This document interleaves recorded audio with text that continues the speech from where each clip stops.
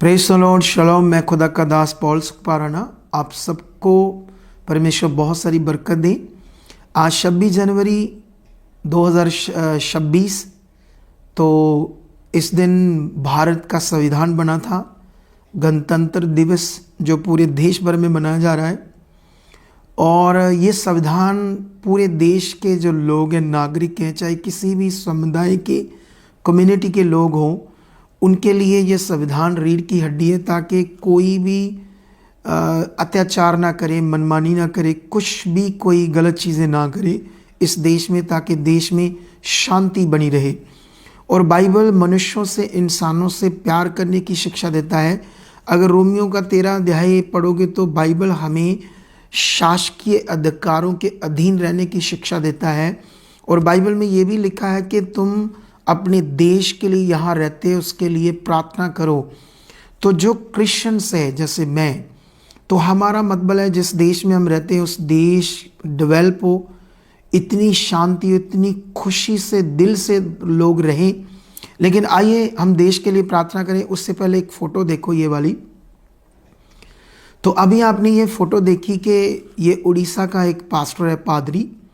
तो कैसे श्री राम दल वालों ने इसके मुंह में गोबर धकेल रहे हैं, और ये कितना नीच है। बाइबल कभी भी किसी मनुष्य के साथ बुरा करो ये कभी नहीं सिखाती। इन्होंने अपने ग्रंथ से, अपने धर्म से क्या यही सीखा है कि अगर हम अपने धर्म का प्रचार करते हैं, जैसे श्री राम हो, कोई भी हो, ये जो हिंदू धर्म है, इनके बहुत सारे क्रिश्चियन देशों में मंदिर है। अगर ये बातें वहाँ तक जाएगी तो सोचो इस देश की अमेज क्या होगी। लेकिन जो इस समय की सरकार है वो आंखों पर पट्टी बांध कर बैठी है, ऐसे लोगों के खिलाफ कभी कोई एक्शन नहीं लेते।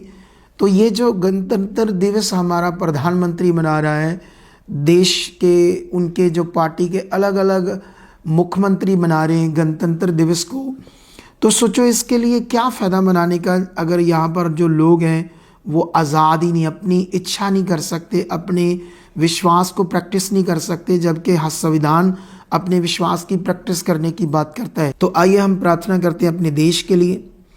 खुदावंद, ये देश जिसमें हम पैदा हुए, मैं पैदा हुआ, और जितने भी क्रिश्चियंस पैदा हुए परमेश्वर इस देश में, खुदावंद मैं जानता हूँ वो सब प्रार्थना करते हैं कि इस देश में सब कुछ अच्छा हो, ये देश डेवलप करे। इस देश में कभी भी किसी तरह की ऐसी भीड़ ना आए कि इस देश में रहने वाले किसी भी समुदाय, धर्म के लोग प्रॉब्लम में रहे। परमेश्वर आपका वचन कहता है कि सब मनुष्यों के लिए प्रार्थना करो, देश के लिए प्रार्थना करो। आपका वचन कहता है मौजूदा जो शासकीय अधिकार हैं, जिनके पास जो सत्ता पर बैठे, उनके लिए प्रार्थना करो। परमेश्वर, हमने इस देश के प्रधानमंत्री के लिए, हर स्टेट के मुख्यमंत्री के लिए प्रार्थना करते। परमेश्वर, उन्हें बुद्धि और समझ देना ताकि इस देश को और अच्छे से चलाएं, ताकि परमेश्वर पिता इस देश में रहने वाले हर धर्म कम्युनिटी के लोग परमेश्वर शांति से जिए।